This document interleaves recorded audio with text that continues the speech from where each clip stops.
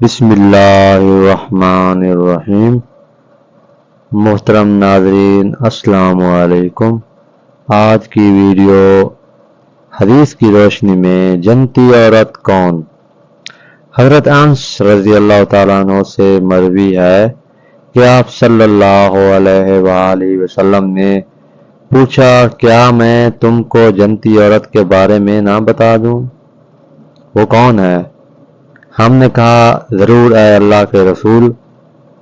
آپ نے فرمایا، شوہر سے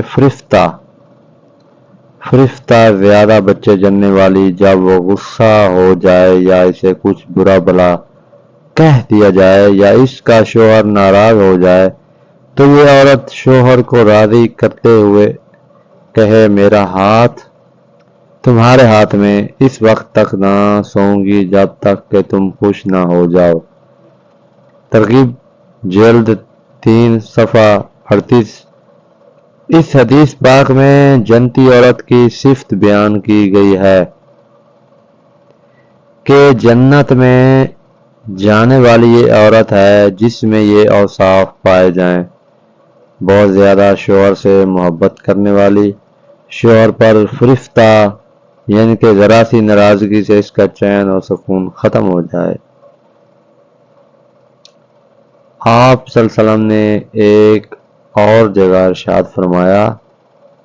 تو ویڈیو کے اختتام سے پہلے آپ سے گزارش ہے کہ ویڈیو اچھی لگے تو لائک اور سبسکرائب چینل کرتے جانا، اور اس حدیث پاک کو آگے شیئر کرنا، کیونکہ آپ صلی اللہ علیہ وسلم نے فرمایا، آباد رہے وہ شخص جو میری حدیث کو سنے اور آگے لوگوں تک پہنچائے۔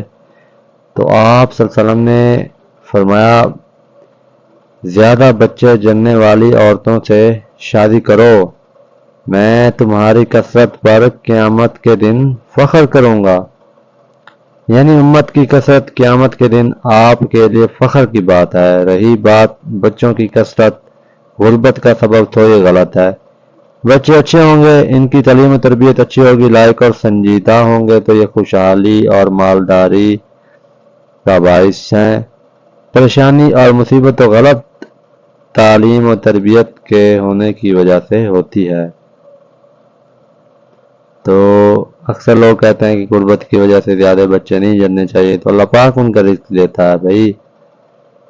ایک اور حدیث پاک میں ہے، آپ نے فرمایا کہ تم اس بات پر راضی نہیں کہ جب تم میں سے کوئی اپنے شوہر سے حاملہ ہوتی ہے اور شوہر اس سے راضی ہو تو اس کو ایسا ثواب ملتا ہے جیسا کہ اللہ کے راستے میں روزہ رکھنے والے اور شب بیدار یعنی کہ صبح اٹھنے والے کو ثواب ملتا ہے، جتنا صبح اٹھنے والے کو ثواب ملتا ہے۔